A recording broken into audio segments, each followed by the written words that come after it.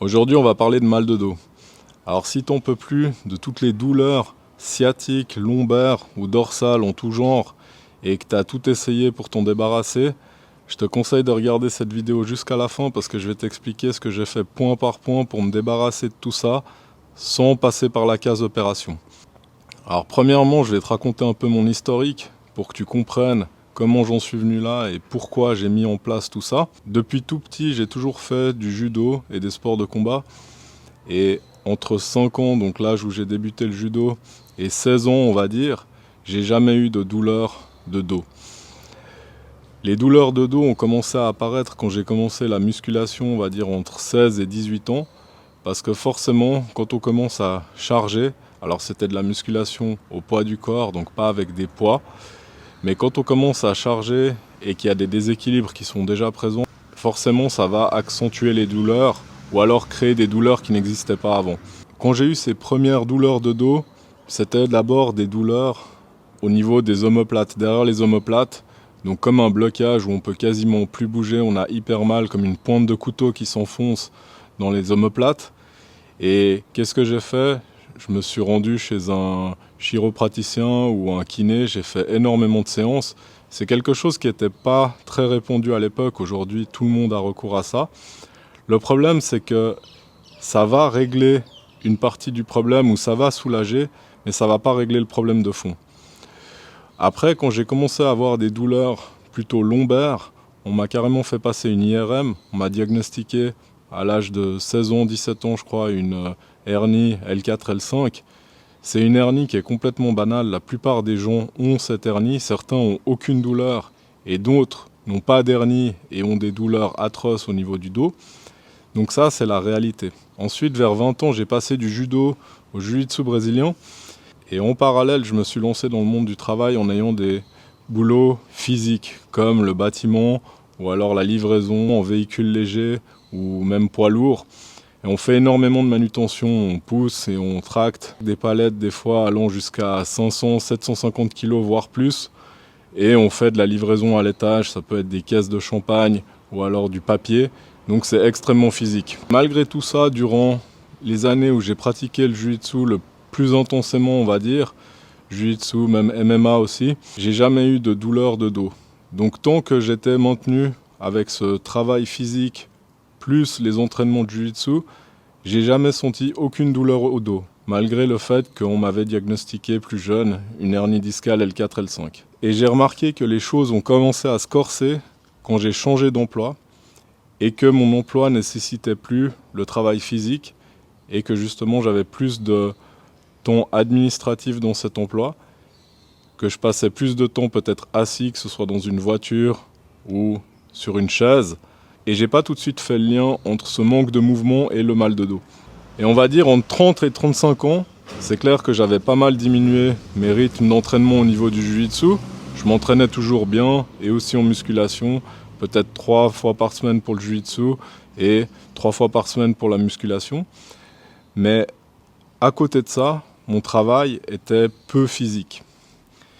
Et c'est là qu'entre 30 et 35 ans, j'ai commencé à avoir des douleurs de dos, mais qui sont devenues vraiment intenses. Et ça a commencé à poser problème dans ma pratique du jiu-jitsu. Au point que j'ai dû arrêter à un moment donné de m'entraîner au jiu-jitsu parce que c'était plus possible. Quand j'allais m'entraîner, j'étais complètement cassé le lendemain, j'avais tellement mal au dos que c'était impossible de me lever. Ça devenait vraiment un enfer même pour la vie de tous les jours. Dans un premier temps, ayant un peu l'esprit de compétition, j'ai continué à m'entraîner malgré les douleurs et je suis allé voir un médecin.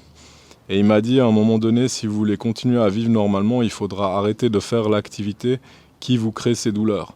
Puisque moi, comme j'ai expliqué le problème, j'ai été honnête, j'ai dit quand je vais à l'entraînement jiu-jitsu, c'est là que le lendemain matin, j'ai d'énormes douleurs. J'ai pas ressenti ces douleurs quand je vais au travail, par exemple. Et ça, c'est un peu le problème avec la médecine moderne, c'est que des fois, ils ont une vision un peu restrictive. Si on a une hernie par exemple qui est connue, on va tout de suite faire le lien avec cette hernie. On va soit nous parler d'opération, chose que je voulais pas, ou alors on va nous dire arrêtez l'activité qui déclenche la douleur.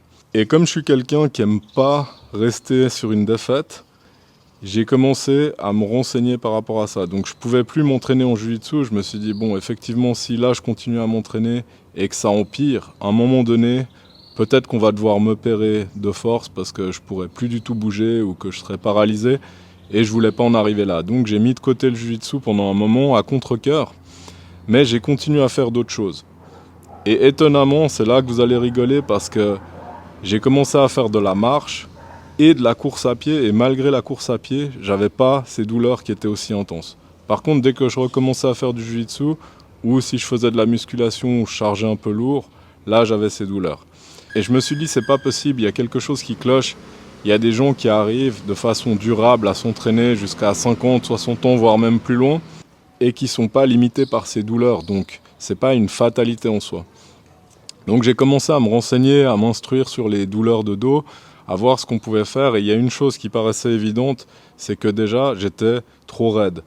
J'avais très très peu de souplesse. Et ça c'est dû aux années d'entraînement, au travail physique, sans jamais étirer quoi que ce soit, sans consacrer ne serait-ce qu'une minute à faire des étirements corrects.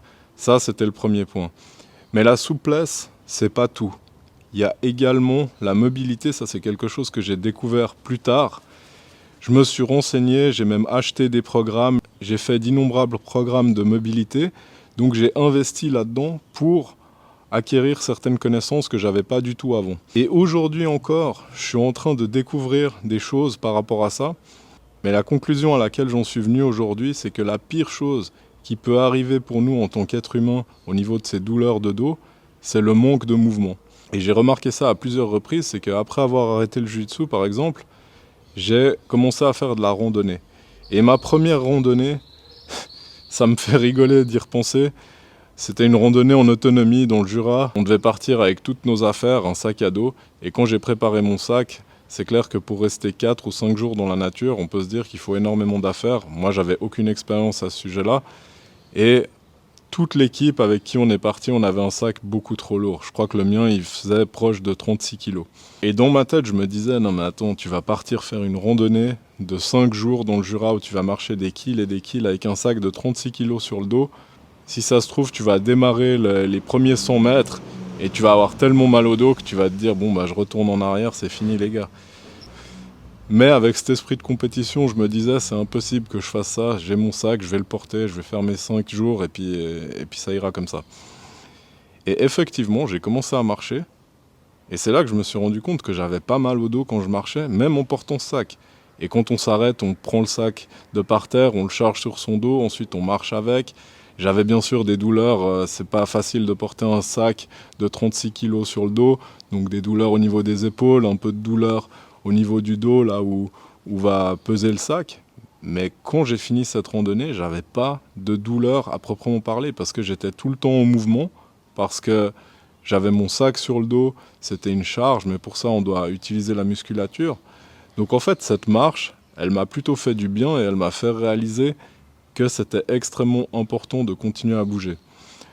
Donc j'ai implémenté la marche dans mon planning, pas forcément avec des charges aussi lourdes, mais j'ai continué à faire des marches avec des charges lourdes et ça n'a jamais empiré mes douleurs. Par contre, en parallèle, ce que j'ai commencé à faire, c'est à travailler vraiment sur la mobilité du dos, la mobilité de la colonne vertébrale et aussi étirer tous les muscles des jambes qui font qu'on a des déséquilibres au niveau du dos et qu'on va compenser avec des postures qui ne sont pas correctes. Le but, c'est vraiment de pouvoir être fort dans toutes les positions parce que ce qui se passe justement dans un sport comme le jiu-jitsu, c'est que c'est impossible de dire « Attends, pendant un combat, il ne faut pas trop que je me retrouve dans cette position parce que sinon là, je vais avoir mal au dos. » C'est impossible. Dans un combat, on doit pouvoir bouger dans toutes les positions et être fort dans toutes les positions. Et c'est ça que j'ai découvert au bout de toutes ces années, c'est que la pire chose à faire quand on est blessé, c'est d'arrêter de bouger et de s'asseoir sur une chaise. Comme je suis là pendant 10 minutes, faut dire, ça me taxe énormément de faire ça parce que c'est quelque chose que je déteste à présent, rester assis. Je préfère même rester couché sur le sol, couché sur le dos, plutôt que d'être assis sur une chaise. Mais là, pour le sérieux de la vidéo, je suis obligé de faire cette vidéo assis et sur une chaise. Mais c'est quelque chose que je déteste à présent. Un des derniers points que j'ai découvert vraiment très récemment, c'est l'importance de pratiquer le mouvement contraire de ce mouvement d'être tout le temps assis. C'est-à-dire que quand on est assis, on a tendance à avoir le dos qui est arrondi, enroulé, et si on fait ça toute la journée, forcément, on va créer une habitude ou un déséquilibre. Et quand on veut aller dans l'autre sens, donc une extension, si on fait par exemple une extension lombaire quand on est couché sur le ventre et qu'on veut étirer le dos dans l'autre sens, on doit contracter les muscles lombaires, les ischios, les fessiers et tous ces muscles-là de la chaîne postérieure. Et quand on fait ça, c'est clair que si on est faible dans cette position, ça va être compliqué de pouvoir inverser la tendance d'être tout le temps arrondi toute la journée quand on est posé sur une chaise par exemple. Et c'est impossible d'être posé sur une chaise dos droit toute la journée et d'avoir une bonne posture, et de toute façon c'est quelque chose qui est ridicule parce que c'est quelque chose qui n'est pas soutenable dans le temps et c'est pas réaliste. C'est beaucoup plus simple de pouvoir bouger, se lever régulièrement, et je sais que quand on a un travail administratif et que le but du travail consiste à rester assis pendant 8 heures ou 9 heures, c'est clair que c'est très compliqué. On ne va pas se mettre par terre et se coucher sur le ventre et commencer à faire des exercices d'extension lombaire par exemple. Donc ça c'est une chose que j'ai remarqué encore plus récemment. J'ai commencé le surf et quand on est sur la planche de surf couché sur le ventre, on est exactement dans cette posture-là qui au début peut faire mal parce que si on n'y est pas préparé au début, tous ces muscles-là sont justement trop faibles. Mais si on les travaille, on va se rendre compte que petit à petit on devient fort dans ces postures-là et les douleurs de dos finissent même par s'atténuer presque totalement. Donc c'est bien la preuve pour moi que c'est extrêmement mauvais ce mode de vie qu'on a actuellement, d'être 8 heures par jour assis sur une chaise. Ça peut être que négatif au niveau de la santé, en particulier la santé du dos. Énormément de gens qui travaillent dans des bureaux ont des problèmes de dos, ils font des séances de physio à n'en plus finir, des séances de kiné, et ils n'arrivent jamais à régler le problème parce qu'ils n'ont pas trouvé le problème de fond. Et un autre point, c'est que ça prend quand même du temps. Si on veut travailler sa mobilité, sa souplesse, ça va prendre du temps et il faut y consacrer du temps. Quand en plus de ça, on fait de la musculation ou un autre sport, on n'a pas forcément envie de passer du temps à faire de la mobilité et de la souplesse. Le problème, c'est que ça sera un facteur limitant. Si au bout d'un moment, on ne peut plus progresser parce qu'on est blessé, on sera obligé de toute façon y venir à la mobilité, à la souplesse, et ça devra faire partie de notre entraînement même si on n'aime pas ça. Donc si je dois résumer les points que j'ai évoqués pendant la vidéo, la première chose qui est importante, c'est le mouvement. De jamais arrêter de bouger, même si on est blessé, si on a mal au dos, il ne faut justement pas rester assis, rester dans une position où on a pas mal juste pour éviter la douleur. Mais au contraire, il faut commencer à bouger sans aller bien sûr dans les amplitudes qui nous font atrocement mal. Mais le but, c'est pas de fuir la douleur, c'est de continuer à bouger. Tout le temps continuer de bouger pour entretenir cette mobilité articulaire. Le deuxième point, c'est qu'il va falloir la travailler spécifiquement. On ne peut pas se passer de travailler spécifiquement cette mobilité articulaire. Il faut l'entraîner littéralement en plus des autres sports qu'on pratique. Et le point qui a vraiment tout changé pour moi, c'est de comprendre quels sont les points faibles et les points forts. Par exemple, mon point faible à moi, c'était le bas du dos au niveau de la partie lombaire et aussi plus haut sur la partie dorsale. Cette partie du bas du dos, elle était insuffisamment musclée par rapport au reste du corps, ce qui fait que quand on accentue cette posture toute la journée en ayant le dos arrondi sur une chaise, on va créer ce déséquilibre et petit à petit ça devient de plus en plus compliqué de combler ce fossé de déséquilibre qui va amener à des dérèglements posturaux. Aujourd'hui je peux dire que je suis encore loin du niveau que j'aimerais atteindre, mais au moins j'ai pu recommencer à m'entraîner au Jiu-Jitsu sans douleur et je peux pratiquer quasiment tous les sports sans aucune limitation. Donc ça c'est déjà une grande avancée. Donc dis-moi dans les commentaires si ça t'intéresse que je développe plus certaines actions que j'ai mises en place pour arriver à ce résultat-là. Et on se voit dans la prochaine vidéo.